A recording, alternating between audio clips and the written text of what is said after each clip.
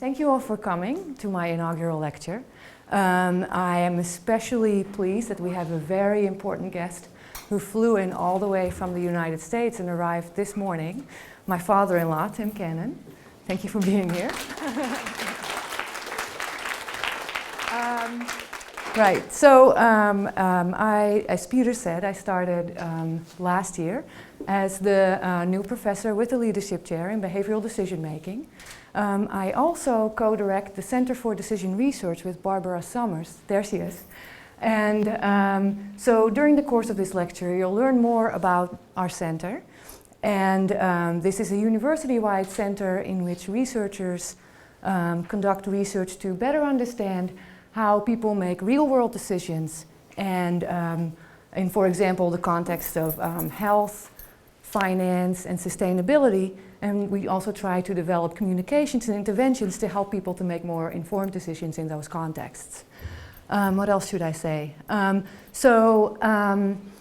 During my lecture, I will give you a brief introduction to behavioral decision research.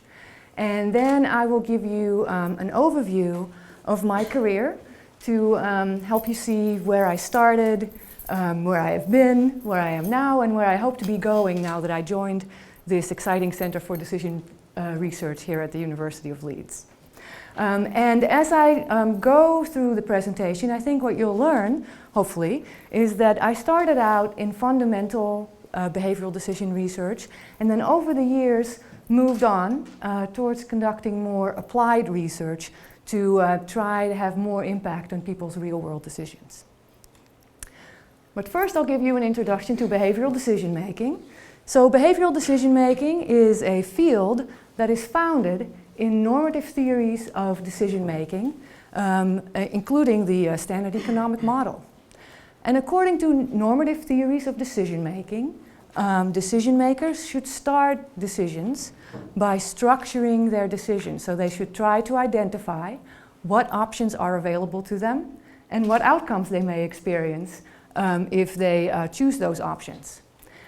Then a good decision maker also needs to be able to assess probabilities, because they need to know how likely it will be that different outcomes will happen if they make different choices.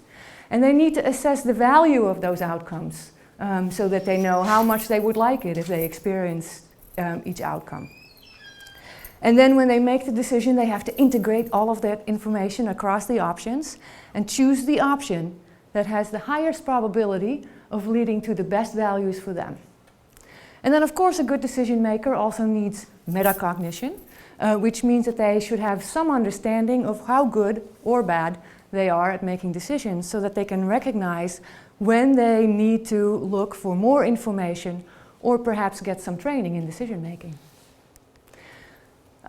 So behavioral decision research is grounded in normative theories of decision making, which prescribe how people should be making decisions. But it also includes descriptive research, which studies how people actually make decisions. And it also includes studies on when and why people violate normative theories. And then a third approach to behavioral decision making is prescriptive in nature. And here the goal is to find out how we can help people to make better decisions or more informed decisions. Now, to be honest, most research in behavioral decision making is descriptive in nature.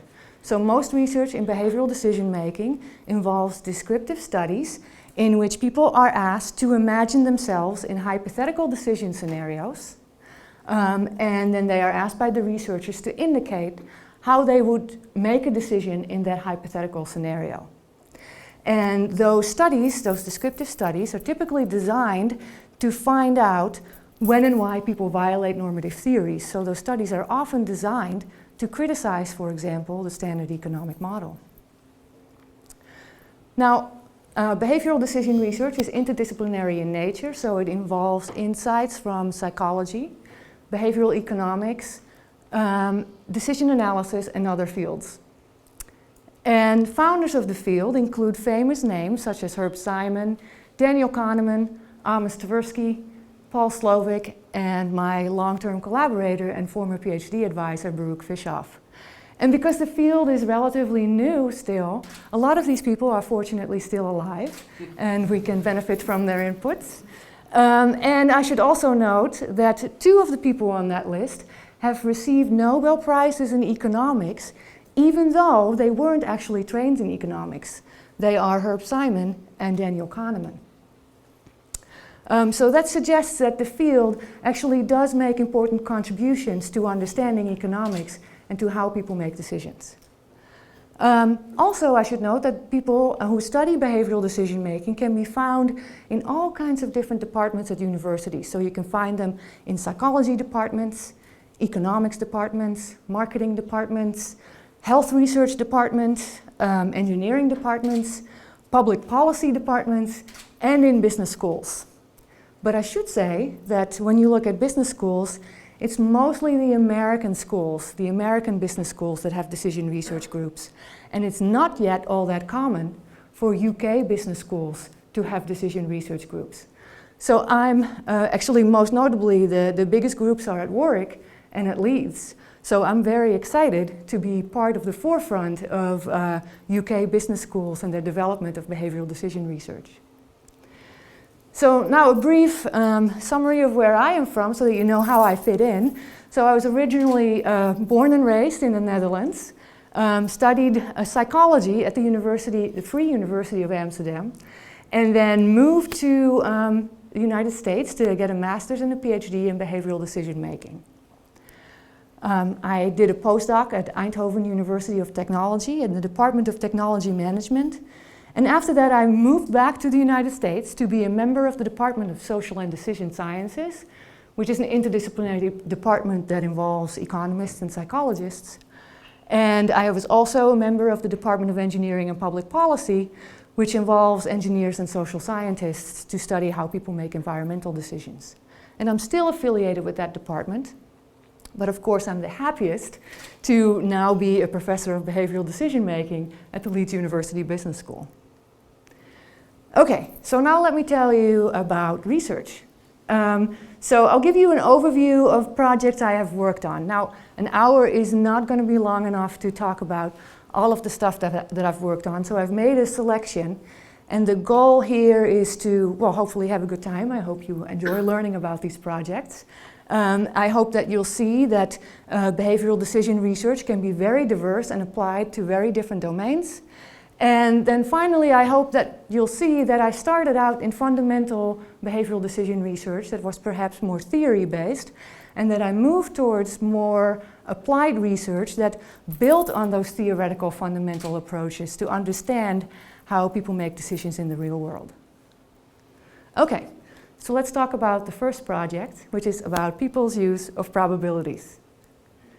So as I noted on my first slide, good decisions involve the ability of making good probability judgments. A decision maker should know, or would benefit from knowing, how likely it is that different outcomes will happen in life.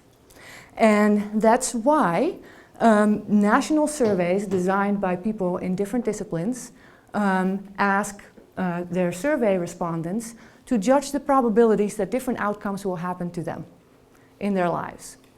So for example, economists run surveys in which they ask people how likely it is that they will live to retirement age or longer. Because if you're saving for retirement, you should probably save more if you think that it's more likely that you'll live longer. So there's a study run by the University of Michigan. It's called the Health and Retirement Study. It follows a national sample of American adults. And when the study first started, these people were asked, what is the probability that you will live to specific ages, including age 75? And then because this is a longitudinal study, the participants were followed over time.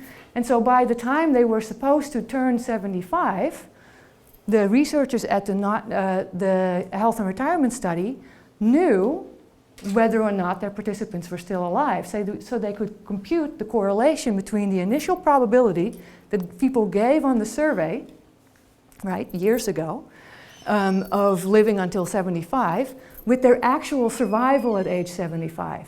And they found a significant correlation suggesting that people have some information about how long they will live.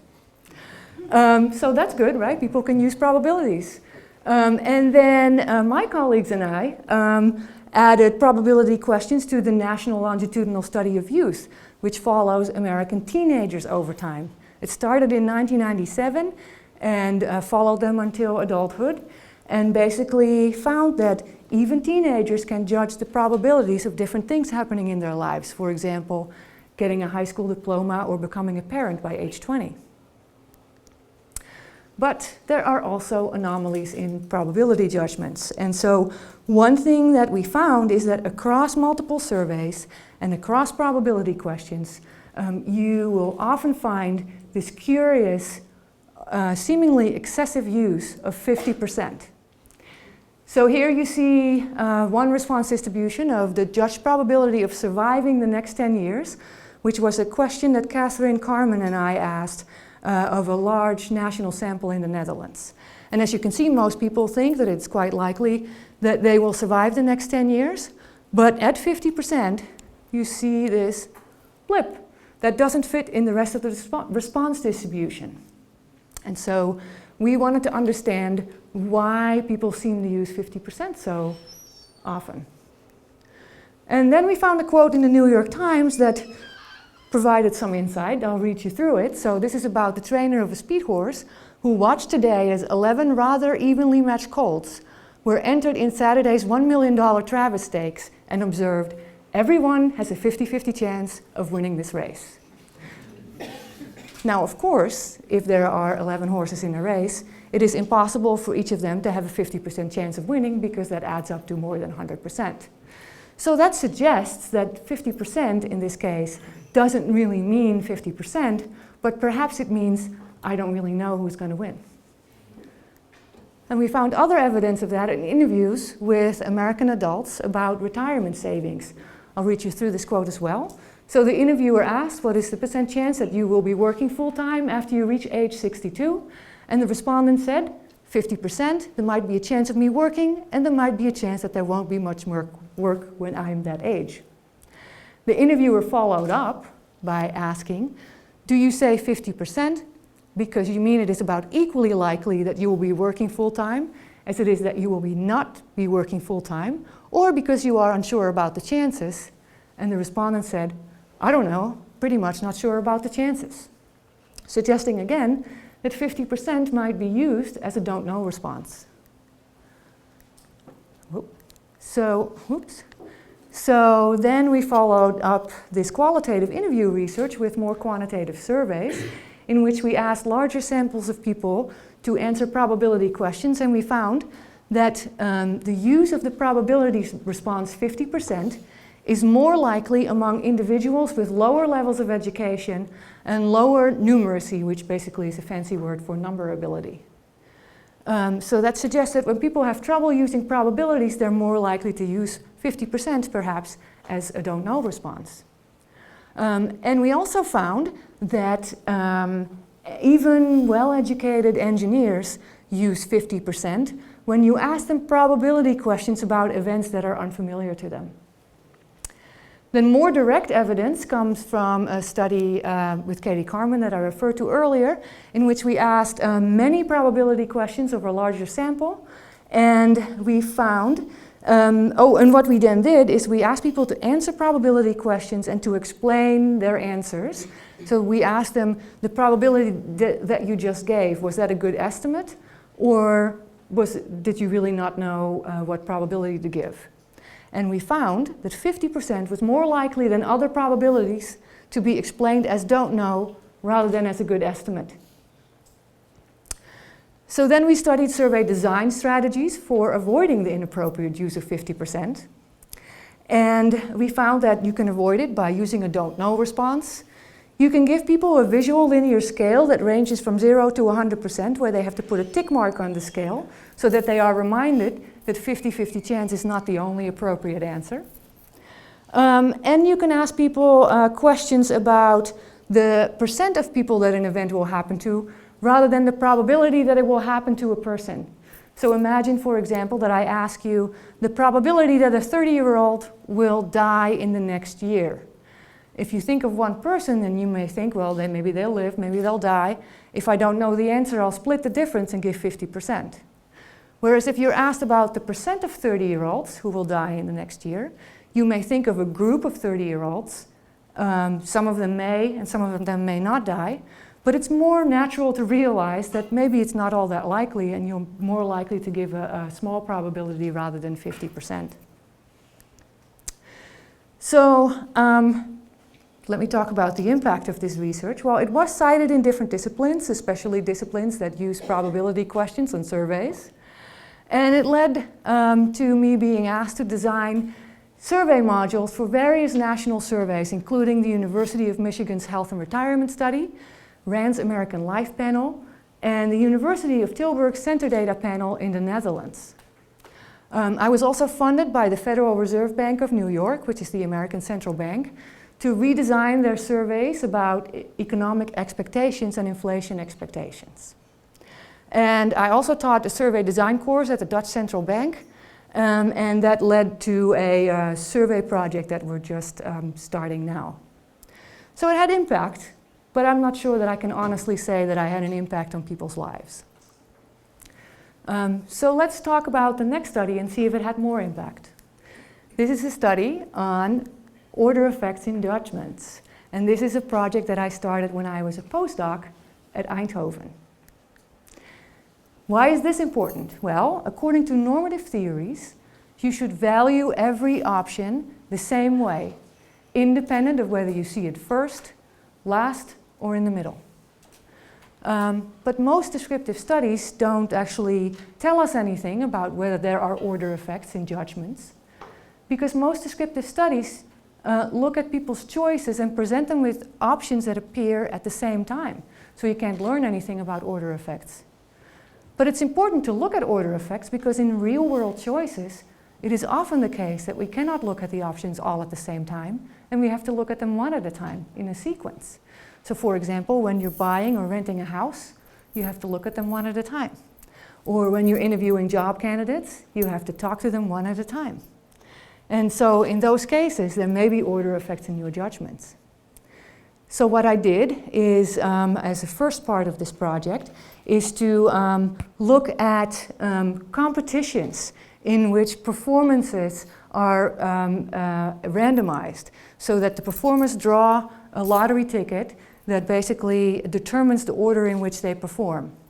Those contests include, for example, international figure skating contests and the Eurovision Song Contest. And I found that despite randomized order, it was the case that people who performed later in those competitions tended to be evaluated better. So that people who performed later in those competitions were more likely to win, even though the order of appearance was randomized. So that seems unfair.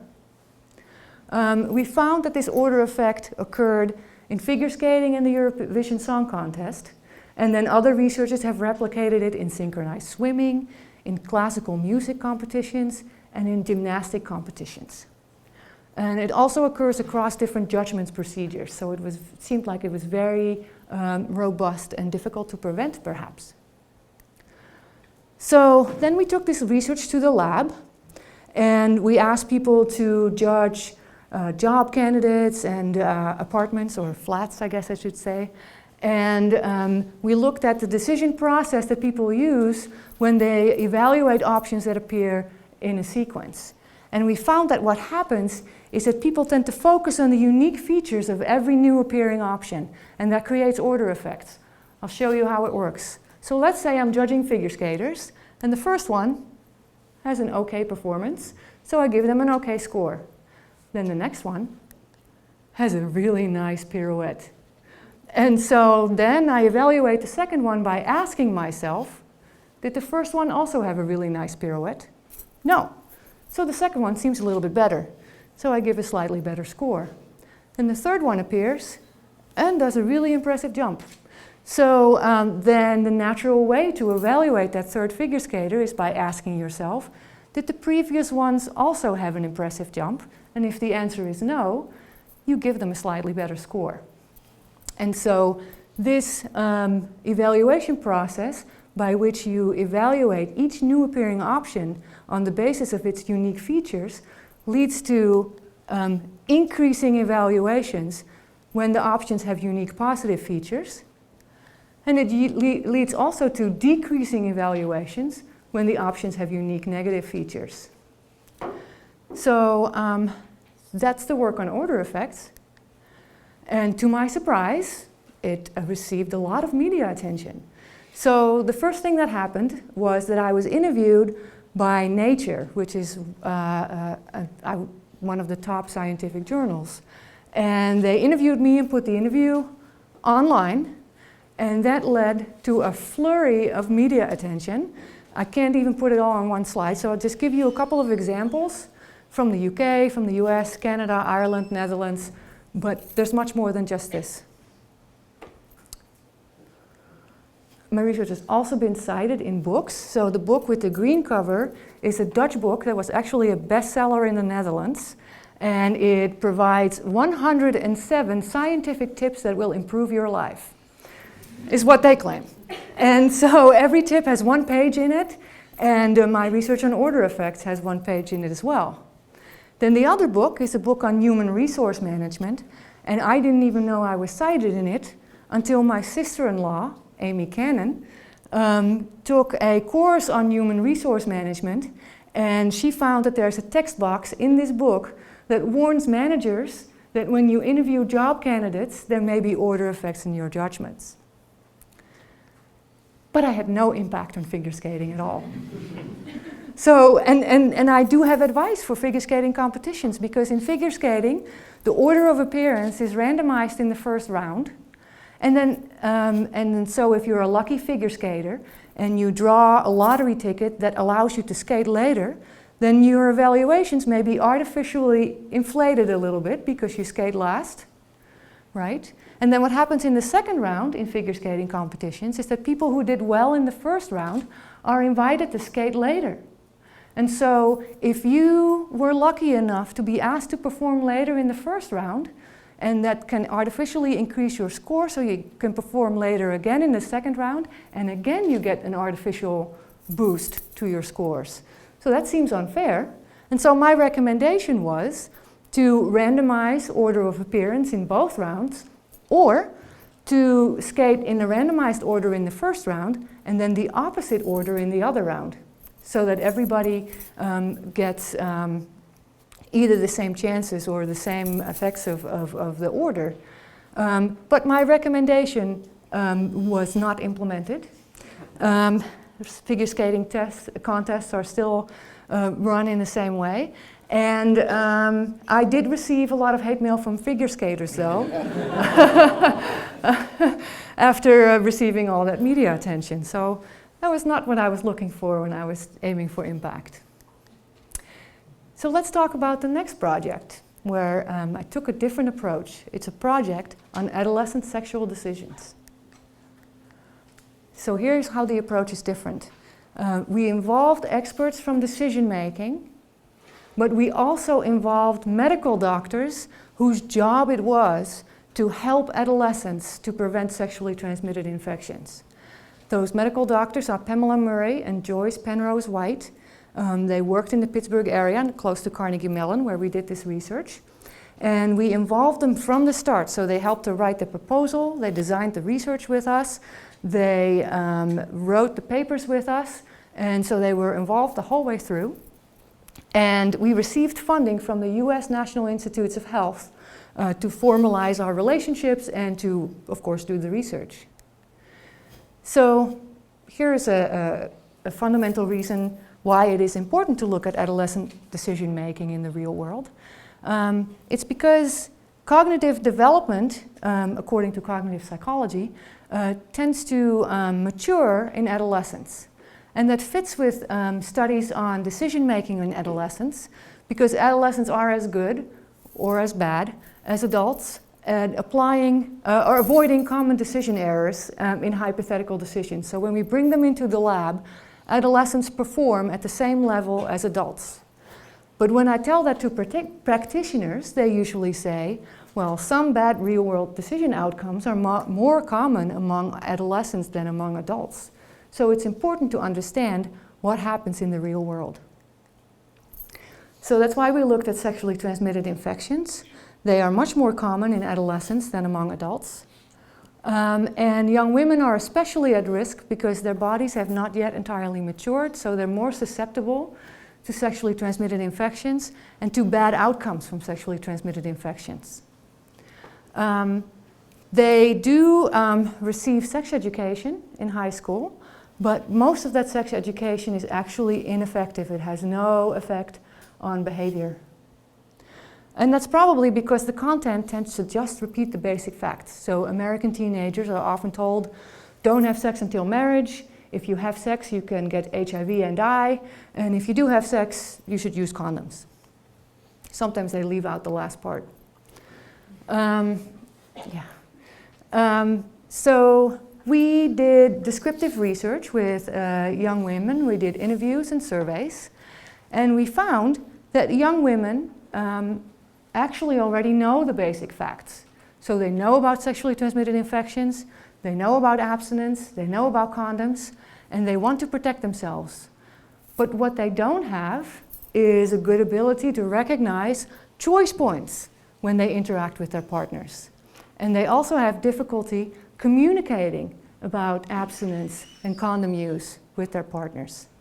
So our intervention did something that other interventions had not yet done before. It's called 17 Days. You can look it up and see video. It's not as racy as it sounds. But we created an interactive video that taught viewers to recognize choice points in social interactions with their partner. And we also taught them communication skills. So here's what happened. They would be seeing a video in which the character interacts with their partner, and then the video would stop, and the narrator might say, "What next?" And then you see three different things that might happen without telling you what to do. So you, for example, the guy might say, "Do you want to be somewhere to be alone?"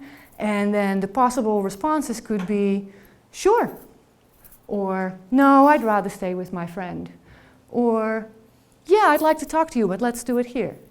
So there are different ways of responding that we offered without saying that they had to say no, or without saying that they had to say yes. And then we asked our viewers to engage in cognitive rehearsal, which is just an expensive way of saying they had to practice in their head what they would do in that situation and what they would say to their partner. And so research in psychology has suggested that when you ask people to engage in cognitive rehearsal, they are then more likely to implement what they thought about when they are faced with the actual situation.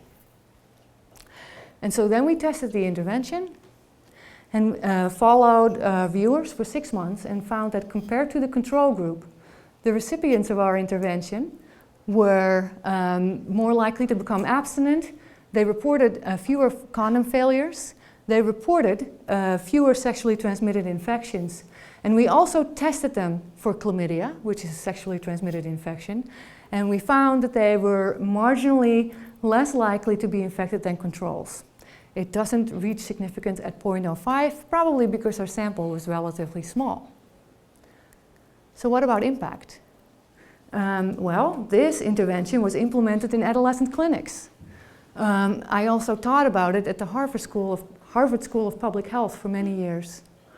Then our intervention was recognized by Mathematica, which is an American policy research organization, as one of the very few sex education programs that was actually developed since 1989 that was actually effective in terms of changing adolescent sexual behavior. And that's why the US Department of Health and Human Services provided us with $7 million to reshoot the video, because the video now it looks old. It was filmed in the 90s for CDI, which is a technology that doesn't even exist anymore.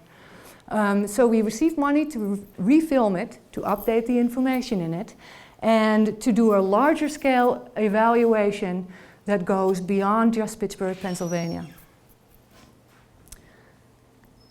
So then I was asked by the engineers at Carnegie Mellon to join their efforts to inform people's environmental decisions, because they thought that if it was possible to use this approach to change adolescent sexual decisions, then environmental decisions should be easier to change.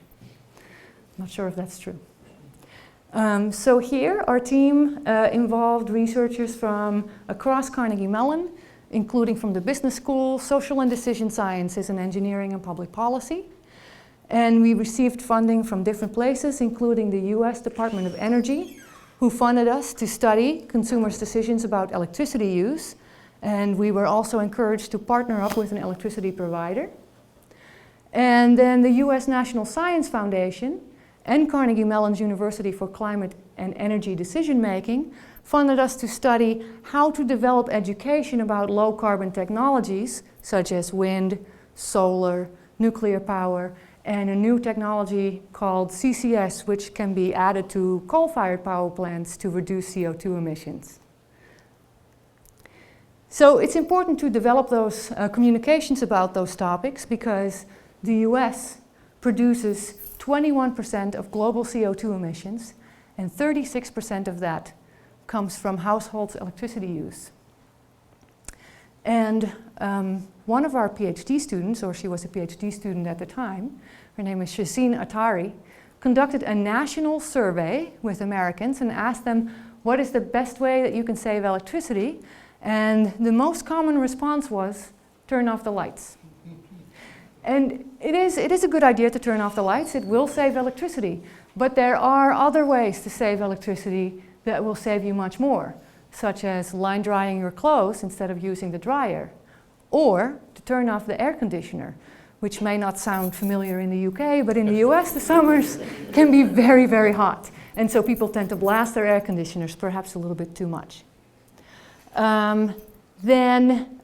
We also found, this is PhD student Lauren Fleischman, she found that people often have misunderstandings about low carbon electricity generation technologies, including, I mentioned them before, wind, solar, CCS, nuclear power.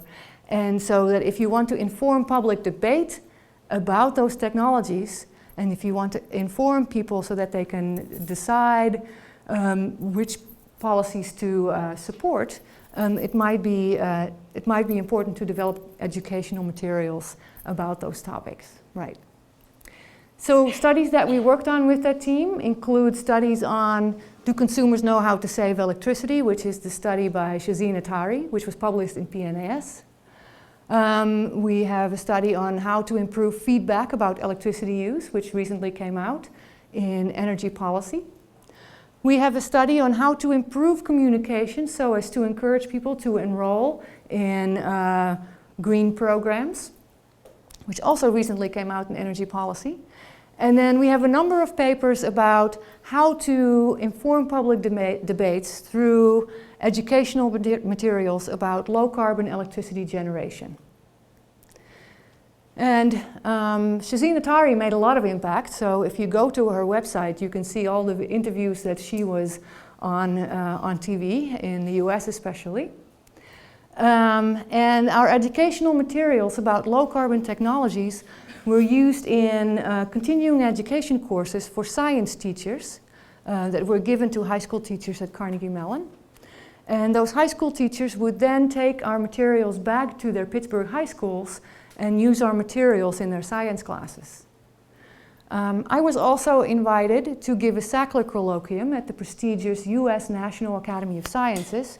They put that picture of me online, and I'm not sure that it's very flattering, but it provides a link to a YouTube video where you can see the whole presentation, just in case you didn't hear me talk enough today. And also there's a paper on this talk that came out in PNAS, or it will be coming out in PNAS. I also joined the International Risk Governance Council, which is an organization in Switzerland which aims to provide scientific advice to policymakers, to international policymakers. So they may, for example, give advice to policymakers about how to respond to climate change, how to prepare to climate change related risks, and how to implement low carbon electricity generation technologies. And the reason that I joined the International Risk Governance Council is that I have expertise in developing communications so that you can involve citizens in decisions about these policies and perhaps help them to implement behavior change where that is necessary. For example, to protect themselves against increased flooding or hot summers, for example. So now let's talk a little bit about new projects I'll be working on at the University of Leeds, or that I have been working on since joining here. Before I do that, I want to introduce you to the whole decision research group at the Leeds University Business School and the new people we have hired. So I'm going to go through all of them and introduce them, and I hope that you can find them in this room and that you will talk to them after this presentation to find out what I said about them is actually true, because I may get some things wrong, hopefully not. Okay, so the first one on this list is John Mole, right there. He is a professor of behavioral decision making who was one of the founders of the Center of Decision Research. And the center was started in 1996. I learned about it in 1997 when I came here for the European Association for Decision Making Conference, which was held at the University of Leeds. And John was the president of that organization about 10 years ago. So he has really helped to raise the international profile of the decision research group here at the Leeds University Business School. The second professor on this list is Alan Pearman. Right there. I'm glad so far they're all here, 100% attendance, is very nice. So Alan does research on how you can use decision analysis to inform management decision making and perhaps policy decision making as well. And so I'm very excited that he is taking the lead on developing a master's degree in decision science and business analytics, which will build on the expertise of our decision research group. And then that's me, I joined. And then another professor who joined is Bill Gerard. I know he's here. Right, there he is. And so Bill moved over to the decision research group from accounting and finance. Bill has an impact case study in the ref, which I think is really cool. It is a study that looks at how you can use statistical analyses to improve management decisions in elite sports. So he works with rugby team Saracens to inform their decision making. And he is taking the lead on developing an undergraduate degree in business analytics. So you can use his strategies for informing management decision making, not just in elite sports, but also in other contexts. Then senior lecturers are Barbara Summers. And Barbara was recently elected to be the president of the European Association for Decision Making 10 years after John Mole was president. So we're continuing our international reputation here. And Barbara also has an impact case study in the ref on financial decision making together with John Mole. Then Nikki Bown, I know she's here. There she is. I'm not sure that Nikki was aware of me the whole time, but I was aware of Nikki since we were both PhD students. And Nikki received a prestigious prize at the European Association for Decision Making for her paper on the lure of choice. And since then, she's been working on group decision making, and she recently received seed corn funding to do a project on how to reduce food waste in the home. And she is collaborating on this, or she has a partner in this, which is a government-funded nonprofit which designs interventions to reduce food waste in the home. So Nikki's research can directly impact those interventions and make a difference. Dinos Hadjikrisidis has been here for many years, long before I joined. And he does work on how people use probabilities, and he has some very well-known international co-authors, including Stephen Sloman and Craig Fox. And then I'm very pleased to say we're going to have more lectures. So Yasmina Okan will be joining us in October, and I'm very pleased that we were able to recruit her because she is a rising star. And her expertise is in how to use graphs to communicate risks. So, for example, about health risks.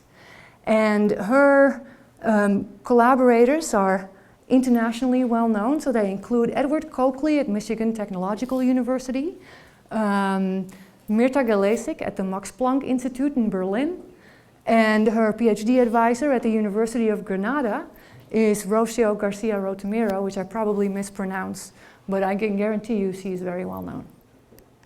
Probably generally mispronounced by a lot of people. Then we have Gulbanu Kuptan. I know she's in the room. Yes, there she is.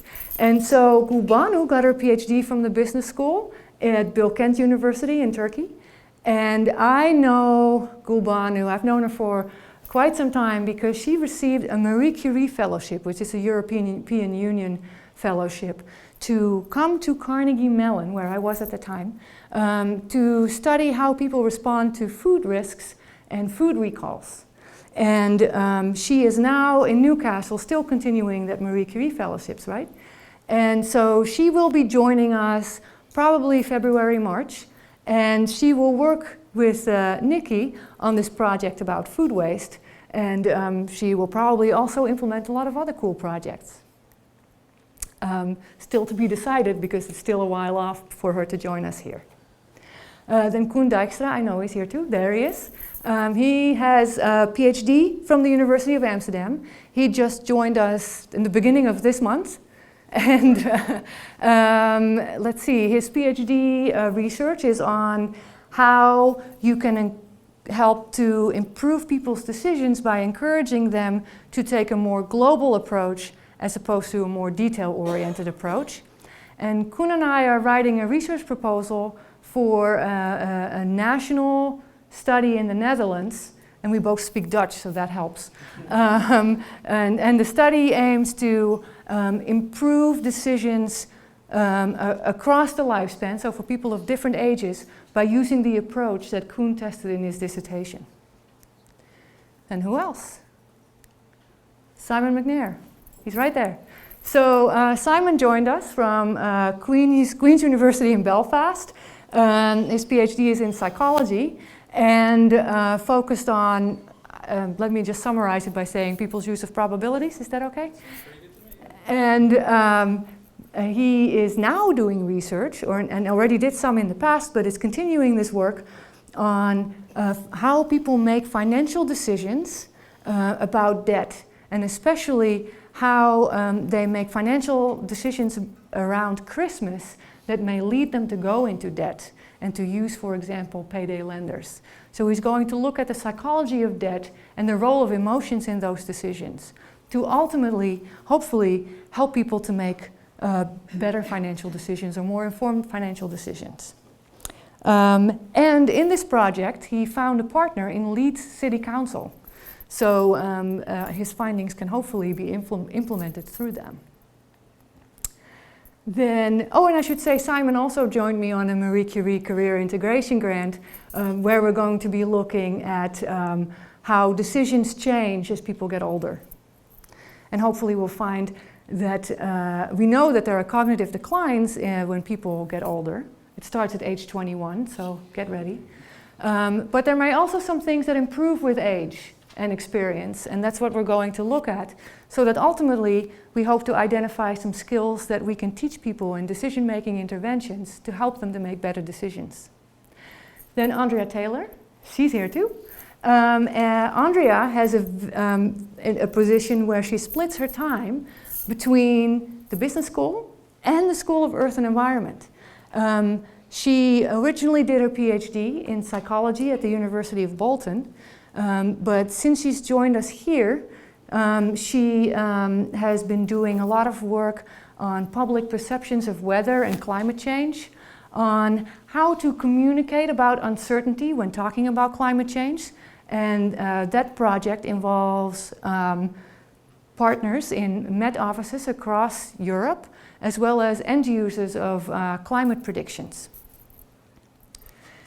And then I just learned last week that we received ESRC funding to study public preparedness for heat waves. And there's money for a postdoc in there. So we're going to be hiring soon because this project is supposed to start pretty soon. So if anybody is willing to apply for this, please let me know, because we're still looking. Then we also have visiting professors. So even before I started, we had Rob Ranyard, who is a visiting professor from the University of Bolton. He served as the editor of the Journal of Economic Psychology. He's also the treasurer of the International Association for Research on Economic Psychology, and he is very well known for his research on financial decision making. And since last year, we've been adding visitors. So one of them is Darren Duxbury, and I think he's here. Yes. Darren used to be here at the University of Leeds. Unfortunately, he decided to leave, and he became a professor of accounting and finance at Newcastle. But we wanted to maintain the connection, so we made Darren a visiting professor here in the Decision Research Group at the Leeds University Business School. And Darren studies how people make financial decisions, and we hope to continue to involve him with our research here at Leeds. Another visiting professor is Jonelle Strauch. She is from West Virginia University in the US. She is an expert on aging and works with us on several projects on how decisions change as we get older. She visited for a full month in April and intends to visit us on a regular basis because she's involved in multiple projects. Almost there. Then Kenichi Shimomura is visiting from Kobe University in Japan. I'm very glad he's here. He's going to stay here for a full year. And he's bringing us expertise in experimental economics. So he brings people to the lab and has them make decisions right there. And he did studies in, was it Kenya? Right, to study how cultural differences may affect people's market-related decisions. And then, this is really the last one, I promise. Cecilia Loibel is an associate professor at the Ohio State University. And she received a Marie Curie grant to visit Leeds for 2 years. She'll be coming here in January. And the Marie Curie grant is so that she can study how to help elderly people in financial distress. Cecilia is an expert in financial decision making, and in the US she has already developed interventions to help poor people save up money for a house, for example. So we're really looking forward to having her here and involving her in our other projects as well. Okay. So I know that was a lot of names, so I won't make you read through all of these names of other people who are also involved with decision research. They're just not in the business school. Just to remind you, Barbara and I are co-directing the Center for Decision Research, which is a university-wide center which involves people in the business school, in health, healthcare, earth and environment, innovations in professional practice, transport studies, sociology and social policy, as well as the University of York and various universities worldwide. And our approach to decision making is relatively new. I know I just said that behavioral decision research is a relatively new field, but our approach is even relatively new compared to most other research in the field, because most research in the field is still relatively fundamental and is conducted in the psychological laboratory where people make hypothetical decisions. What we do is a little bit different. We aim to understand how people make real-world decisions, and we aim to develop strategies that can help people to make more informed decisions. We try to, we study decisions in different areas, including finance, health, and sustainability. And our teams are usually interdisciplinary in nature, even when we supervise PhD students. And the reason for that is because we realize that if you want to solve real-world problems, it is often not possible to do that from the limited perspective of just one discipline. We also aim to involve policymakers and practitioners in our research projects to improve the impact and to study questions that are important to them. And we actively engage in outreach so that people are aware of our findings and how to implement them in the real world. And of course, even though we're aiming for impact, we also aim for quality. So we aim to publish in international top journals, not just in business journals, and not just in management journals, and not just in decision-making journals, but we also try to reach out to journals in other disciplines so that researchers in different disciplines are aware of our findings to the extent that they are important to them. So here is a list of our example projects that we recently have started because we got funding for them. Most of them I already mentioned when introducing our various members of the decision research subject group. So I'll just read through them quickly. So I have a study on public perceptions of climate change risks, on public preparedness for heat waves, on helping elderly consumers in financial distress, on adult aging and decision-making competence, on understanding people's responses to advertisements, to reducing residential food waste, and psychology of debt around Christmas. And here we are, enjoying a nice conference dinner at the European Association for Decision Making. This was a conference that was held in Barcelona in, was it June or July? No, it was August. And at this conference, I think we gave 7 or 8 presentations representing the University of Leeds. We were making an impact, I think. So what I would like to say is that this center is open to anybody who is interested in decision research. So if you're interested in decision research, and you self-identify as a behavioral decision researcher, you can sign up either with Barbara or with me by sending us an email, or maybe you can send us both an email just to be safe. And we will then list you on our website, include you in our emails, and invite you to our seminars and activities. All right, thank you.